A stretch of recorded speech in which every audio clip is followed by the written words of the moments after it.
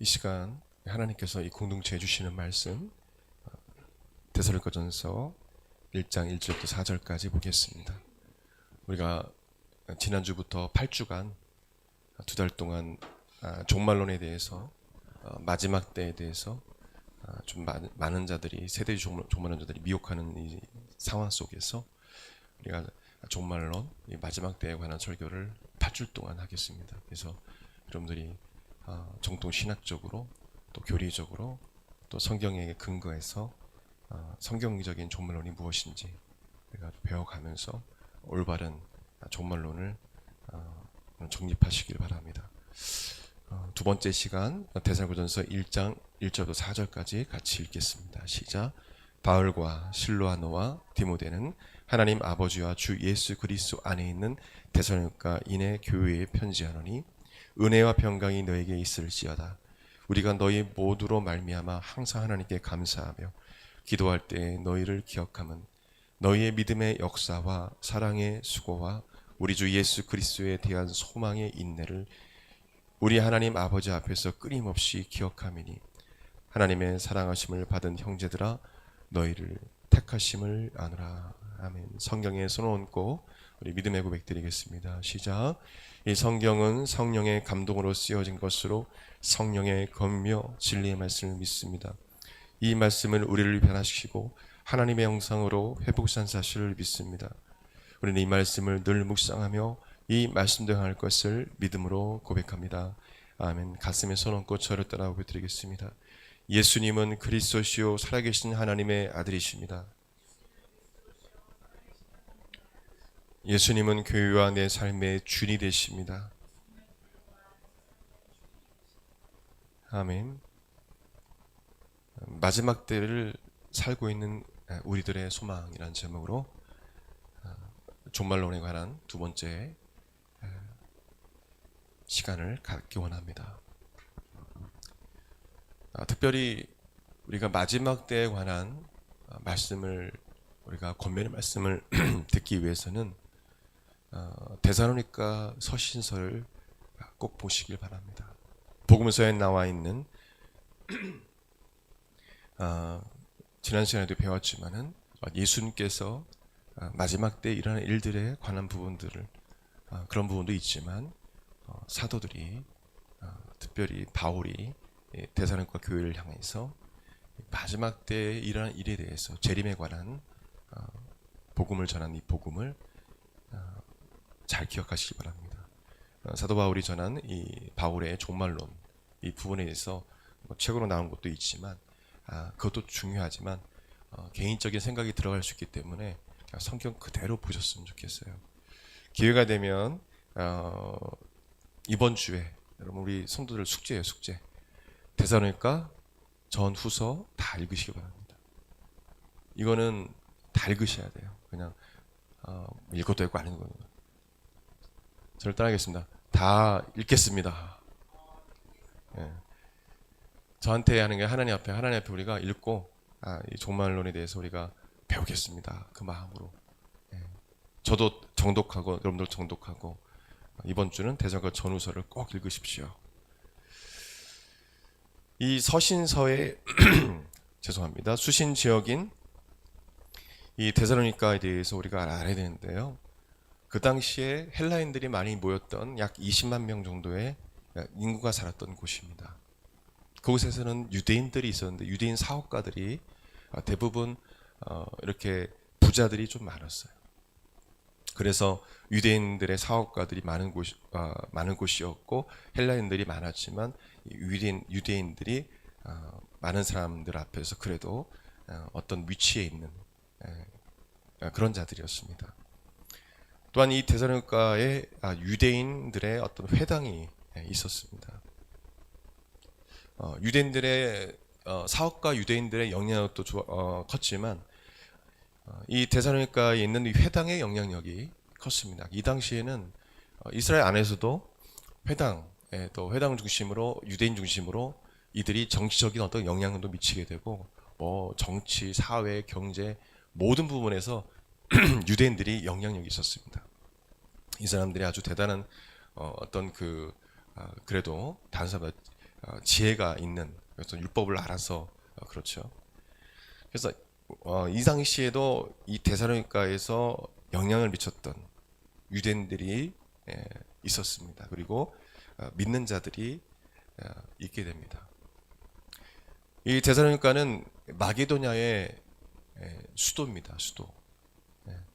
우리가 마게도냐 하면 큰 성인 빌립보 이렇게 이야기를 하긴 하지만 사실은 마게도냐의 수도는 데살로니가입니다. 왜냐하면 그 데살로니가 그 지역이 이 무역이나 이 상업의 중심지고 또 동해에서 서로 이어지는 그런 무역로가 있습니다. 그래서 많은 자들이 이 데살로니가 지역을 지나갑니다. 바울은 많은 사람들이 이 지나가는 수도인 이 데살로니가에 가게 됩니다. 제 2차 이 전도 여행 때 가게 되는데 바울은 이 마게도냐에 있는 그 수도 데살로니가에서 짧은 시간 동안 사역을 하게 됩니다. 그 짧은 시간 동안에 교회를 세웁니다. 대부분의 성경학자들은 최소한 3번의 안식일에 회당에서 그들에게 복음을 전한 것으로, 또 길거리에서 복음 전했겠죠. 길거리에서도 그렇게 알려져 있습니다. 최소한 3주 정도, 아주 짧은 한 달 정도 아마 머물지 않았을까, 그렇게 다들 이야기합니다. 짧은 시간이죠. 그러나 바울을 반대하는 유대인들, 이런 그 헬라파 유대인도 있었겠죠. 이런 세력들에 의해서 바울은 디모데에게 사역을 맡기고 아덴을 갑니다. 또 아덴에서 또 디모데를 또 만나죠. 디모데를 통해서 이 데살로니가에 대한 소식을, 교회에 대한 소식을 듣게 됩니다. 그 소식은 이 데살로니가에 대한 성도들에 대한 어떤 신앙, 그리고 성숙도, 이런 것을 아마 들었던 것 같아요. 서신서를 보면 알 수 있어요. 그리고 바울은 아덴에서 고린도로 가게 됩니다. 고린도에서 이 데살로니가 전후서에 편지를 쓰게 됩니다. 데살로니가 교회는 바울이 기껏해야 3주에서 한 달 정도 있었던 곳이기 때문에 짧은 기간 동안에 복음을 전했기 때문에 그들의 신앙은 어린 아이와 같은, 한마디로 어린 교회였습니다. 그들은 복음에 대해 잘 알지 못했기 때문에 우왕좌왕하고, 특별히 사도 바울이 재림에 관한, 분명 예수 그리스도의 죽으심과 특별히 부활을 강조해서 얘기했을 것이고 재림에 관한 이야기를 했습니다. 그 부분에 대해서 여러 가지 복음을 좀 전했지만은 이 데살로니가 성도들은 복음을 길게 또 오랫동안 접해 보지 못했기 때문에 그들은 어린 아이와 같은 그런 신앙이었던 거죠. 그래서 데살로니가전서 3장 10절 말씀 보게 되면 이렇게 기록되어 있어요. 주야로 심히 간구하면, 너희를 위해서 기도한다는 겁니다. 바울이 너희 얼굴을 보고 너의 믿음이 부족한 것을 보충하게 하려 함이라. 너의 믿음이 부족한 것을 보충하게 하려면, 그만큼 사도 바울 마음속에는 그때 좀 더 오래 있었으면, 그들이 반대 세력이 아니었으면 내가 정말 이 갖고 있는 이 복음을 다 전했을 텐데 라는 아쉬움이 있습니다. 그러니까 부족한 부분을 채워주고 싶은데 이 바울이 데살로니가로 가려고 하는데 그 서신서를 보게 되면 사탄이 막았다라고 합니다. 주의 사역을 해 나가는 데 있어서 꼭 이 반대하는 세력들이 꼭 있어요. 하나님께서 그것을 왜 허용하시는지는 하나님 섭리 아래 있죠. 그것을 인해서 바울은 아덴과 고린도, 또 하나님께 보내시는 곳에 가게 되는 거죠. 이 악한 자들은 자신들의 계획이 이루었다 하지만 하나님은 그 악한 자들을 사용해서도 바울을 다른 지역으로, 아덴이나 고린도나 막 이렇게 또 다른 지역으로 가서 복음을 전하게 하시죠. 여하튼 사탄이 바울의 길을 막았지만 아무리 막아도 안 돼요. 왜냐하면 하나님께서 막으면 막을 테지 절대 하나님의 역사는 끊어지지 않습니다. 아무것도 아니에요. 그거는 백날 막아봤자 결국에는 이미 다 승리했고, 막아보면 딴 데 가서 복음 전하면 되지. 또 디모데가 있습니다. 그리고 남아있는 성도들이 있어요. 걱정할 필요 없습니다.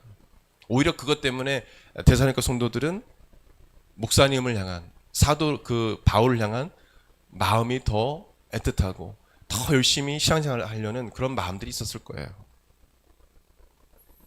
디모데를 통해서 아덴에서 바울은 기록에 나와 있지 않지만 다들 그렇게 성경학자들은 이야기합니다. 데살로니가 성도들의 신앙이 성숙했다. 할렐루야. 예. 디모데가 물론 이 젊은 청년이에요. 청년 디모데가 복음을 아마 바울이 수제자이기 때문에 전했을 것입니다.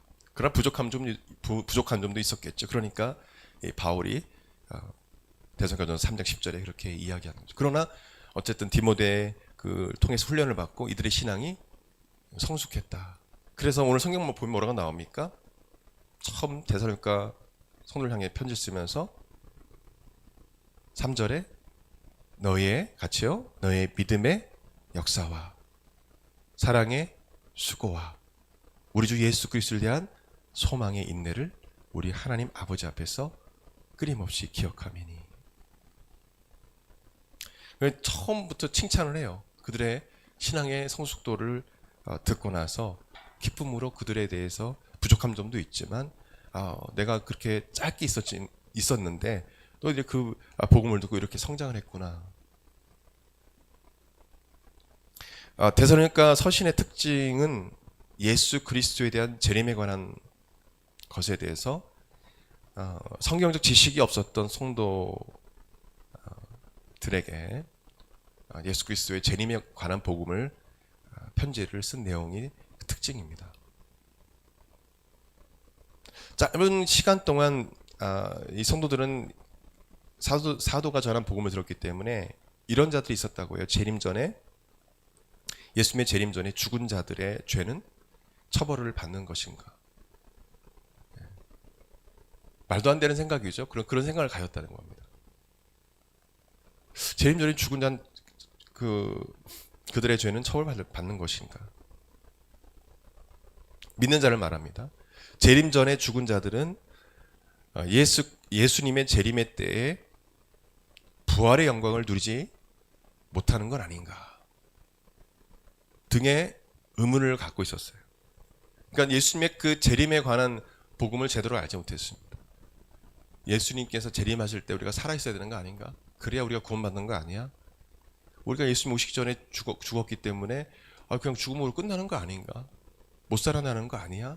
그러니까 재림에 관한 부분들을 전혀 제대로 알지 못하다는 것을 우리가 알 수 있어요. 그래서 사도 바울은 데살로니가전서 4장을 통해서 부활에 관한 복음을 듣습니다. 다 같이 읽겠습니다. 데살로니가전서 4장 16절에서 18절. 데살로니가전서 4장 16절에서 18절 같이 읽겠습니다. 시작. 주께서 호령과 천사장의 소리와 하나님의 나팔 소리로 친히 하늘로부터 강림하시리니 그리스도 안에서 죽은 자들이 먼저 일어나고 그 후에 우리 살아남은 자들도 그들과 함께 구름 속으로 끌어올려 공중에서 주를 영접하게 하시리니 그리하여 우리가 항상 주와 함께 있으리라. 그러므로 이러한 말로 서로 위로하라. 그들이 갖고 있었던 그런 의문들이 풀어지게 되죠.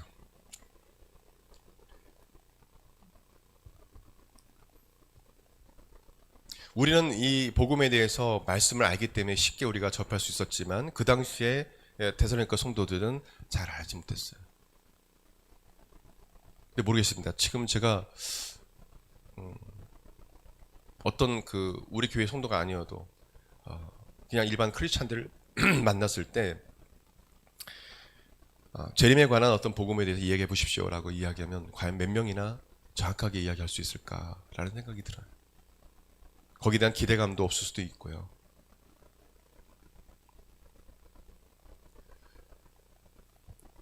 주님께서 재림할 때 호령과 천사장의 소리가 나고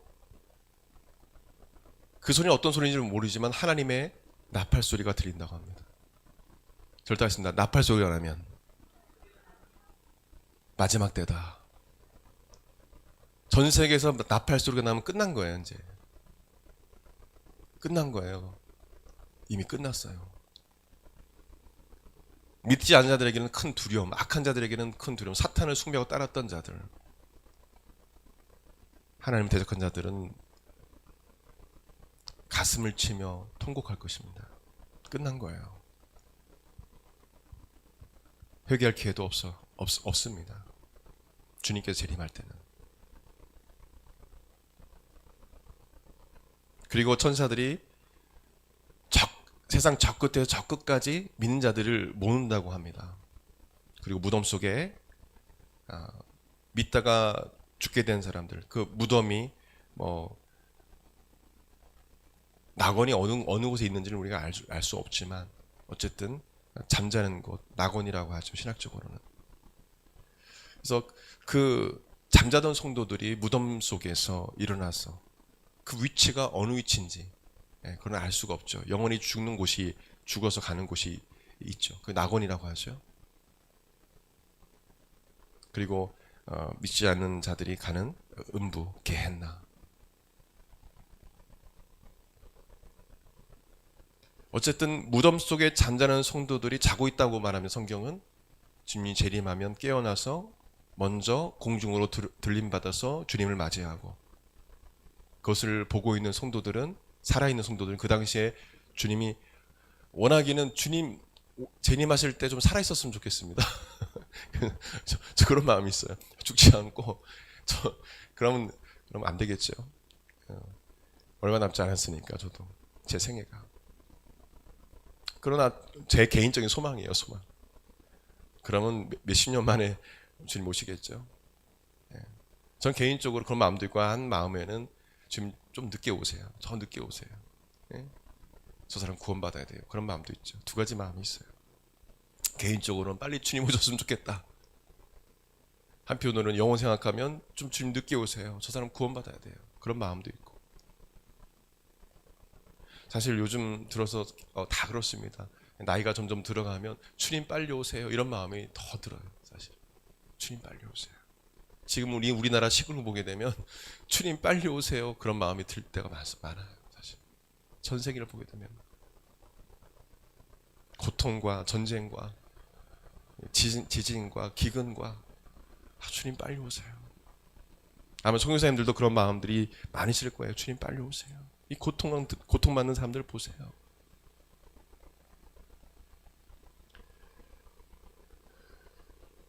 주님은 곧 오신다고 했습니다. 할렐루야. 속히 오신다고 했어요. 반복해서 3번이나 강조했습니다. 맨 끝장에. 그러고 성경은 마무리가 돼요. 우리는 깨어 있어야 합니다. 그리고 주님은 그 성도들을 맞이해서 천국으로 데려가십니다. 그 천국 입성입니다. 그리고 주님의 완전한 계획은 끝이 납니다. 천국에서 우리는 천사들과 비슷한 존재로서 주님을 찬양하면서 거기는 눈물이나 고통이나 슬픔이 없는, 절대적으로 눈물이나 고통이나 슬픔이 없다. 거기는 결혼을 하지도 않아요.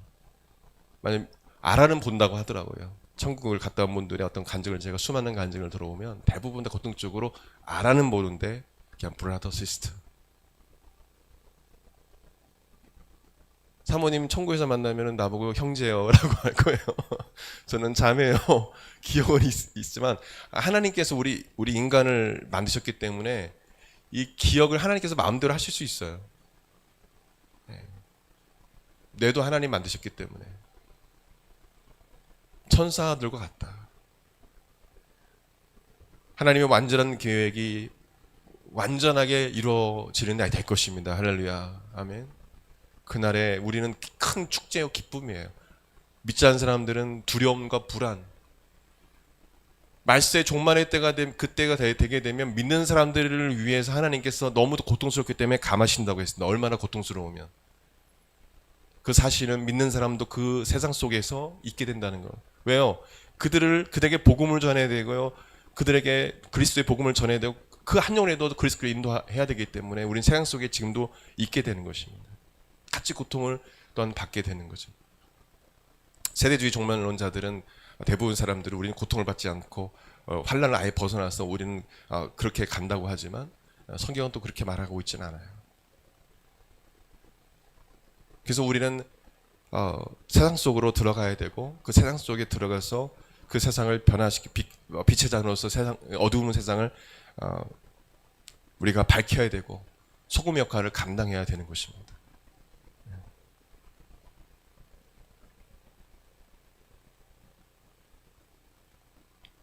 바울은 주의 재림의 복음을 전하면서 빛의 자녀로서 너희들은 깨어 있어야 됨을 권면했습니다.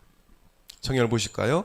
데살로니가전서 5장 5절에서 6절 같이 읽겠습니다. 데살로니가전서 5장 5절에서 6절.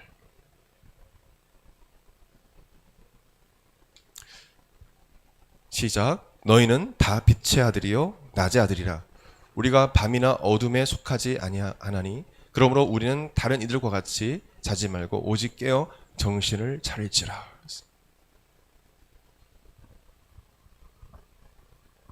주의 재림이 얼마 남지 않았다. 깨어 있어라.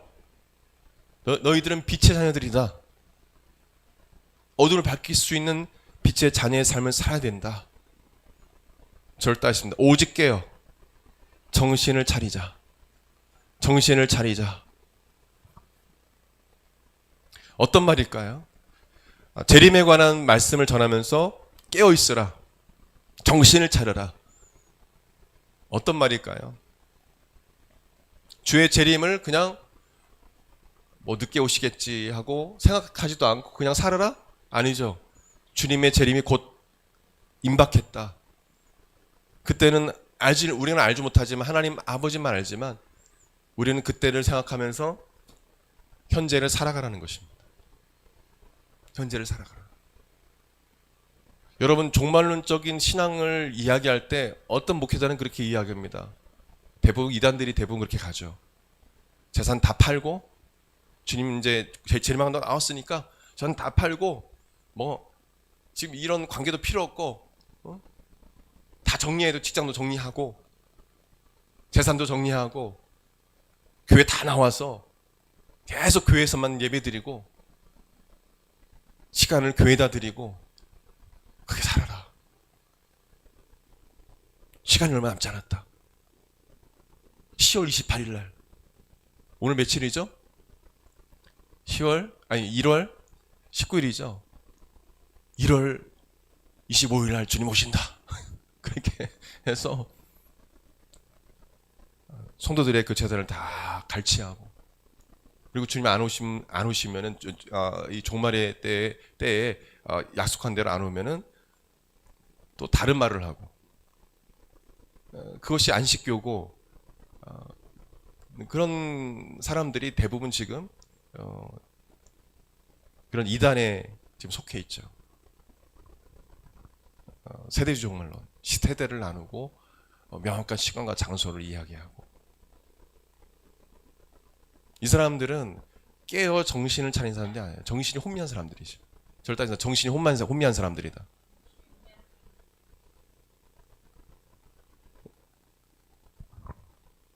정신이 혼미한 사람들이에요. 제가 가끔씩 교리적인 설교를 하기도 합니다. 우리는 청년들이 알아야 되고 성도들이 알기 때문에. 종말론에는 이 철저한 종말론이라는 종말론이 있습니다. consistent eschatology, 철저한 종말론, 또 근본적 종말론. 이거는 시작된 종말론과 비슷합니다. 그리고 아까 말씀했던 dispensational eschatology, 세대주의 종말론. 이렇게 있는데 대부분 정통 신학에서는 철저한 종말론이나 이 근본적 종말론을 이야기해요. 철저한 종말론은 예수님의 그 이 땅에서 행하셨던 그 모든 사역과 모든 것들은 재림을 향해서 가고 있다라는 거죠. 재림을 향해서 가고 있다.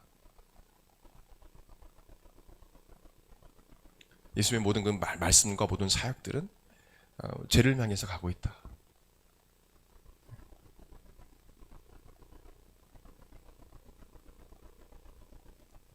근데 대부분 정통 신학에서 많이들 이제 추구하는 것은 바로 근본적 시작된 종말론, essential eschatology,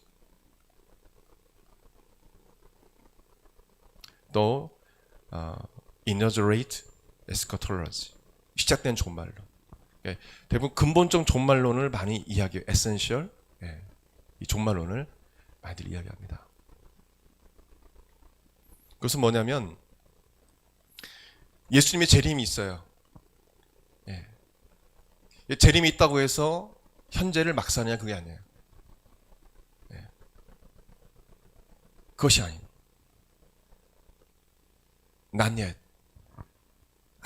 아직 주님이 오시지 않았다. 그렇기 때문에 우리는 현재를 잘 살아야 된다. 주의 재림이 종말이에요 한 부분이죠. 종말은 이미 임했다.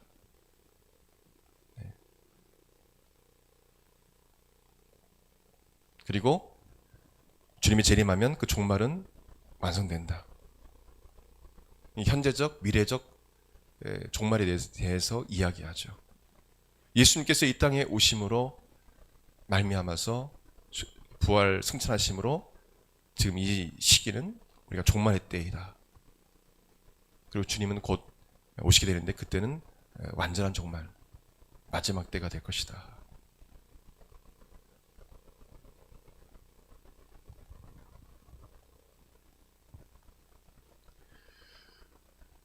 대부분 이 성경적인 종말론에 대해서 이야기하는 분들이 근본적인 시작된 종말론을 이야기합니다. 지금 우리가 마지막 때를 살고 있다. 절대했습니다. 지금 우리가 종말의 때를 살고 있다. 왜요? 주님의 재림만 남았으니까. 이 기간 동안에 요한계시록 기록된 그 종말에 관한 예언이 이루어질 것입니다. 환난과 또 성경에 예수님께서 말씀하신 요한계시록에 나와 있지만은 해가 빛을 잃어버리고, 그러니까 달도 빛을 잃어버리고, 그리고 하늘에서 별이 떨어지고, 하늘이 사라져버리고, 어마어마한 일들이 일어나죠. 하늘에서 불이 떨어지고, 저체 기근과 지진이 일어날 것이고, 그리고 큰 전쟁이 일어날 것이고, 어떻게 보면 이 마귀와 이 마귀의 최후의 발악이죠. 그때 수많은 사람들이 죽게 될 것이고, 이런 일들이 일어나게 되는 거죠. 그런 우리가 시기 가운데 있는 것입니다. 주님의 재림, 종말이 다가오지만 그렇게 우리가 그냥 주님 재림하시니까 그냥 하루를 막 살아버리고 그리고 아무런 어떤 소망도 갖지 않고 그냥 이 땅 가운데 그냥 어차피 죽을 거 하면서 이렇게 우리가 살아가면 안 된다는 거죠. 오늘 본문의 3절 말씀 보게 되면 믿음의 역사와 사랑의 수고와 우리 주 예수 그리스도를 향한 소망의 인내를 우리 하나님 아버지 앞에서 끊임없이 기억하미니. 예수님을 향한 이 소망, 그 소망은 무엇일까요? 바로 주의 재림이죠. 오실 예수님에 대한 소망을 말합니다. 예수님이 곧 오시기 때문에 이런 환난과 고통이 있지만 우리는 인내하며 살아가야 됨을 말씀해 주고 있어요. 절대 알겠습니다. 예수 그리스도에 대한 소망의 인내. 이것은 예수님만이 바로 나의 산 소망이 되신다는 것입니다. 너희들은 예수님께 소망을 두고 살아라. 그러면서 인내하라는 것입니다. 예수 그리스도에 대한 그 소망은 바로 주의 재림입니다. 주님이 재림하시면 모든 것이 다 끝나요.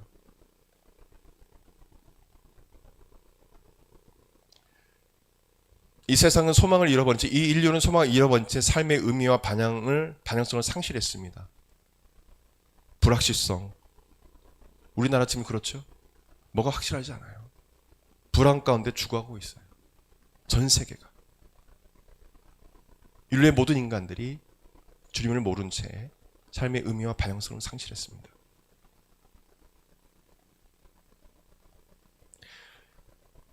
예수님을 향한 소망, 그 재림에 대한 소망은 현재를 초월해서 살게 하고 또 미래를 살게 합니다.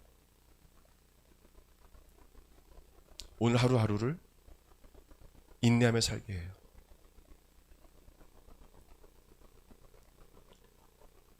또 불가능을 가능케 하는 놀라운 역사를 경험하게 되죠. 인간은 에덴 동산에서 죄로 말미암아 쫓겨나고 나서 소망을 잃어버렸어요. 소망을 잃어버렸습니다.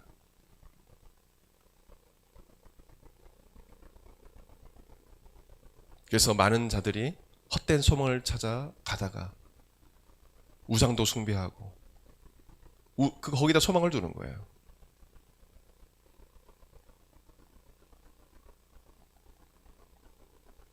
바벨탑도 쌓고 또 탐욕과 방탕함 가운데 거기다 소망을 두고 살아가고 어차피 죽을 거. 최근에 어떤 그 한 군인이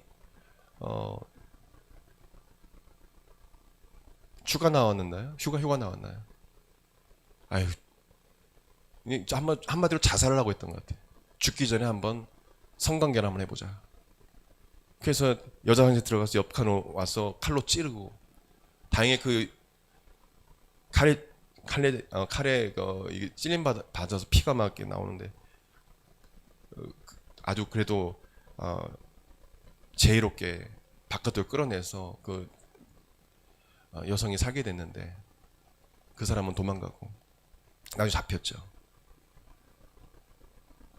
이왕 죽을 거 그냥 성관계나 하고 죽어버리자. 이게 지금 우리 지금 나라의 현실이에요, 현실. 젊은이들의 현실이에요. 다 그런 건 아니지만, 그럼 어떻게 그런 일이 일어날 수 있어요? 그 군인에게는 소망이 없는 거예요. 살아갈 소망이 없는 거예요. 죽는 게 낫다라는 거예요. 여러분, 가까운 19세기부터만 보아도 수많은 철학자, 정치가, 사상가, 과학자 등이 나오면서 인류의 절망은 더 가속화되었습니다. 오히려 역설적으로 잘 될 거라 생각했어요. 이런 정치인, 이런 철학자, 이런 사상가, 이런 대단한 과학자가 나오면 인류가 더 좋아지겠지, 더 편해지겠지, 물론 발전을 했어요. 인간은 더 발전하고 더 좋아질 거라고 생각했지만 인류의 소망은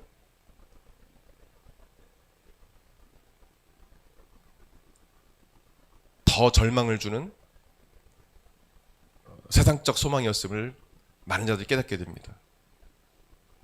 인간의 이성의 발전을 꿈꿔왔던 이 계몽주의자들의 절망, 인간의 인격과 인권을 유린하는 전체주의, 민족주의로 인한 절망, 한 독재자의 탐욕과 악독으로 인해서 전쟁으로 수많은 사람들이 비참하게 죽어갔습니다. 대표적인 전쟁이 1, 2차 세계대전이죠.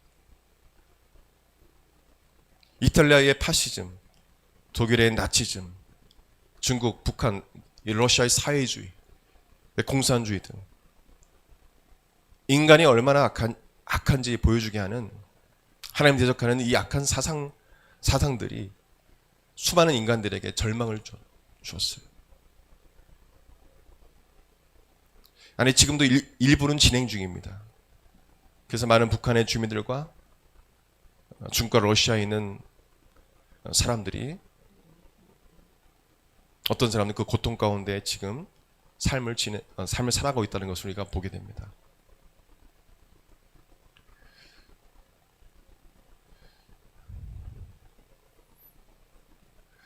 이 땅의 그 어떤 것도 인간에게 소망을 줄 수 없어요. 더 발전하고 더 인간에게 희망을 주기 위해서 하지만 결국엔 그것이 인간에게 다시 돌아오고 인간의 오히려 절망을 가져주고.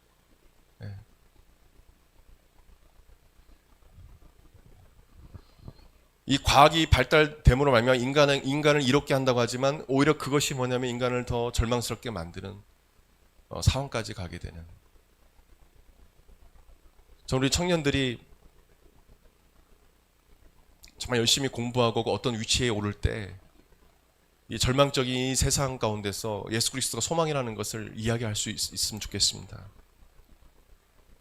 그리고 이런 그 발달된 과학 문명 가운데서 오히려 이것이 인간을 해롭게 하고 절망 가운데 가게 하는 그런 것들에 대해서 고민해보고 인간에게 해를 가하지 않도록, 지금 우리가 알고 있는 AI나 그것이 인간을 좀 해롭게 하는 걸로 어떤 누군가 그 일을 해야 되는데 그런 역할을 하는 자들이 했으면 좋겠어요. 인간이 만든 이 폭탄으로 인간을 죽이고, 인간이 만든 AI로 인간을 죽이고 절망 가운데 몰아가는 그런 일이 있습니다. 인간이 만든 그것을 가지고 정말 이웃에게, 온 세상에 희망을 줄 수 있는 그런 것들이 됐으면 좋겠습니다. 믿음은 소망의 근거가 됩니다. 사랑은 소망을 갈망하며 큰 기대감을 갖게 합니다. 우리가 믿음이 있기 때문에 우리는 주님을 소망하게 돼요. 그리고 주님을 향한 사랑이 있기 때문에 우리는 주님을 갈망하며 큰 기대감을 가지고 우리는 하루하루 살아가게 되는 것입니다. 그 소망이 있기 때문에, 믿음을 말미암은 그 소망이 있기 때문에, 주님을 사랑하는 마음 가운데 있는 그 소망이 있기 때문에 우리는 이 땅에 우리 눈으로 보는 많은 절망의 소식들과 눈으로 보는 많은 것도 있지만 우리는 기뻐할 수 있습니다. 히브리서 11장 1절 보게 되면 믿음은 바란 것들의 실상이요 보이지 않는 것들의 증거다. NIV 성경 보게 되면 Now faith is being sure of what we hope. hope라고 되어 있어요. hope라고 되어 있습니다. 희망. 믿음은 바로 소망의 근거다라는 뜻이에요. 우리가 믿음이 있기 때문에 우리는 소망하게 되고 우리는 기다리게 되고 하루하루를 우리 믿음으로 살아가게 되는 거죠. 그래서 성경에는 믿음, 소망, 사랑을 이야기하는 것입니다. 여러분 주님을 향한 신실한 믿음이 있으시죠? 그렇기 때문에 우리는 소망하는 것입니다. 그리고 주님은 여러분 사랑하시죠? 우리는 그런 기대하는 것입니다. 설렘을 가지고 그날을. 아무리 우리가 어떤 질병에 이 땅에 살아가는데 질병에 걸렸거나 또 좌절의 아픔이 있을지라도 우리는 기뻐할 수 있는 것은 우리는 믿음이 있고 주님 향한 믿음이 있고 주님을 사랑하기 때문에 그렇습니다. 그리스도만이 인간 소망의 유일한 출처라고 이야기합니다. 저는 이런 신학자의 말들을 되게 좋게 생각해요. 그리스도만이 인간 소망의 유일한 출처다. 이것이 크리스찬이 된다는 의미다. 크리스찬이냐? 그럼 당신의 소망은 그리스도가 돼야 된다. 당신의 소망의 출처는 재산이 아니라 이런 사상과 이데올로기가 아니라 정치가 아니라 예수 그리스도가 된다. 고린도전서 2장 2절 보게 되면 바울은 말합니다. 내가 너희 중에 예수 그리스도와 그가 십자가에 못 박히신 것 외에는 아무것도 알지 아니하기로 작정하였습니다. 바울은요, 예수님 외에는 예수 그리스도와 그가 십자가에 못 박히신 것 외에 그 아무것도 알지 않기로 결단했다는 것입니다. 예수님이 소망이라는 것입니다.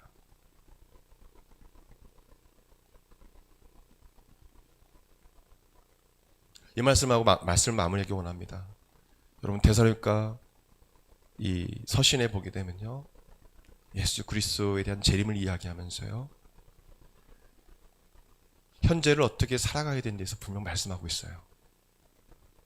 예수 그리스도의 재림, 종말, 완전한 종말을 소망하면서 살아가는 사람들은 현재를 정말 값지게 하루하루를 살아가야 됩니다. 종말은 우리가 벌써 임했고 완전한 종말은 주의 재림 때에 있게 되는데, 그렇다면 우리가 주님 오실 때까지 어떻게 살아가느냐? 그냥 게으르게 나태가 살아가느냐? 절대 그렇게 이야기하지 않죠. 정신을 차려라, 깨어있으라라고 말하죠. 그러면서 데살로니가전서 5장 10절 18절, 여러분 찬양에도 많이 나오고요, 많이 외우는 말씀인데 이 말씀이 왜 나오는지를 잘 알지 못해요. 찾아볼까요? 예수 그리스도를 소망하며 주의 재림을 소망하며 우리 어떻게 하루 현재를 살아가야 되느냐. 데살로니가전서 5장 16절에서 18절 시작. 항상 기뻐하라. 쉬지 말고 기도하라. 범사에 감사하라. 이것이 그리스도 예수 안에서 너희를 향하신 하나님의 뜻이니라. 마지막 때가 곧 다가온다. 그때를 기다리며 현재를 살아가는 너희들은 어떻게 살아가야 되느냐. 그래서 이 말씀이 나온 거예요. 그냥 항상 기뻐하라. 그치? 항상 기뻐하라. 쉬지 말고 기도하라. 이게 이렇게 된 것이 아니라 그런 말씀이 아니에요. 그리스도를 소망하는 크리스찬들의 삶이 어떻게 되느냐. 종말을 앞둔 이때의 삶을 어떻게 살아가냐. 지금 뭐 대통령이 이제 구속되고 또 난리가 나서 막 그냥 이 폭력을 행사하면 안 돼요. 어떻게 그럴 수 있어요? 그러면 안 돼요. 아무리 지지해도 막 깨부수고 폭행하고 경찰 내려 또 뭐 그렇게 했더라고요. 발로 차고 뭐 이런 일이 있고 처처에 기근과 지진이 있고 막 산불이 나고 난리가 나고 그래도 저러다 있었다. 항상 기뻐하자. 쉬지 말고 기도하자. 범사에 감사하자. 우리 삶은요 그냥 무슨 일이 일어났대 항상 기뻐하고 주님만을 소망하고 그래? 그런 일이 있어? 기도할게. 야 기도가 밥 메워주냐? 기도하면 돼. 기도할게. 대통령에서 기도할게. 국회의원에서 기도할게. 이 나라를 위해서 기도할게. 주님이 통치해 주셔. 염려하지 마. 그리고 감사해. 하나님 감사합니다. 믿는 사람들은 범사에 모든 일에 감사하는 거예요. 이런 일이 있어도 하나님 감사합니다. 감사합니다. 그럴 때 주님이 역사하세요. 그것이 종말론적 신앙을 가진 예수 그리스도를 향한 소망을 가진 성도들의 현재 삶을 살아가는 비법입니다. 이게 하나님의 뜻이에요. 이거는 우리가 하나님의 명령입니다. 마지막 따라할까요? 하나님의 명령이다. 명령이에요. 여러분들이 어떻든 그렇게 살아야지만 된다는 겁니다. 그래서 주님이 역사하신다는 거예요. 하나님이 여러분들을 이 종말의 때를 살아가는 여러분들을 보호하시기 위해서 사도를 통해서 성령의 감동된 사도를 통해서 말씀해 준 것입니다. 아무리 핍박과 환난이 있어도 기뻐해야 돼. 그리고 인내하며 끝까지 기도해야 돼. 그럼에도 불구하고 감사해야 돼. 그것이 마귀를 이기는 비법이야. 기도하겠습니다. 우리 다 같이 일어나 기도하겠습니다. 하나님 아버지,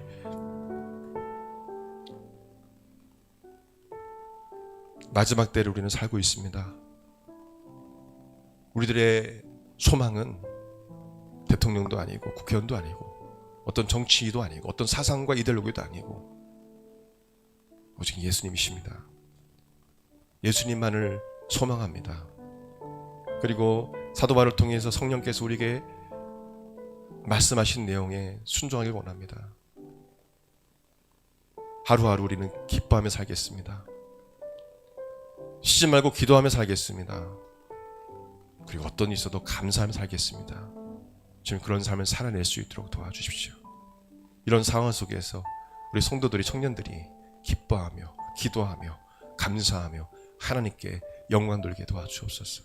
근심, 염려, 두려움이 떠나가게 도와주시고 오직 하나님만을 의지하고 신뢰하며 예수님만을 소망하며 승리하며 하루하루 살아갈 수 있도록 인도하여 주옵소서. 우리 성도들의 눈에는 입가에는 웃음이 가득하게 하시고 감사가 넘쳐나게 도와주옵소서. 감사드리며 여기 하신 예수님 이름으로 축복하며 기도합니다. 한 번 더 기도하겠습니다. 아픈 곳이 있다면 손 얹으십시오. 또 속에 답답함이나 또 어떤 문제가 있고 또 하나님 앞에 간절히 소망하는 것이 있다면 가슴에 손 얹으시길 바랍니다. 주님께서 이 시간 해결해 주실 것입니다. 예수님께서 채찍에 맞으심으로 우리가 나음 입었음을 믿습니다. 주님 이 시간 주님을 의지합니다. 주님께 십자가를 죽으심으로 우리 모든 질병과 우리 인생의 슬픔의 고통의 문제가 이미 해결됐음을 믿습니다. 예수님 이 시간 찾아와 주셔서 우리 성도들이 아픈 곳에 손을 얹어주시고 안수해 주시고 치료해 주셔서 기사와 표적이 이 시간 일어나게 도와 주시옵소서. 이 시간 나사렛 예수 그리스도 이름으로 하노니 머리부터 발끝까지 모든 세포, 조직, 기관, 체계가 정상으로 돌아올지어다. 모든 병마가 떠나갈지어다. 모든 병마는 떠나갈지어다. 곤비하거나 피곤치 않게 도와주시고 강건케 하여 주시옵소서. 강건케 하여 주시옵소서. 아버지 하나님, 모든 문제에서 구원받게 도와주시고 해결받게 도와주시고 하나님께 응답받음으로 간증할 수 있도록 도와주옵소서. 마음속에 잠을 이루지 못하고 근심 걱정하는 것들이 있습니까? 주님, 해결하여 주옵소서. 구원하여 주시옵소서. 해결받게 도와주옵소서. 그래서 간증하게 도와주옵소서. 기사표적을 허락하여 주시옵소서. 특별히 사랑하는 청년들에게 갑절의 지혜와 지식을 더해 주시고 총명과 명철을 허락하여 주시옵소서. 또한 우리 성도를 괴롭히는 원수마귀 악한 귀신의 역사가 떠나가게 도와주시고 날마다 성령 충만하게 도와주시고 악한 자들로부터 우리 성도들을, 청년들을 보호하여 주시옵소서. 감사드립니다. 감사드립니다. 귀하신 예수님의 이름으로 기도드립니다. 아멘.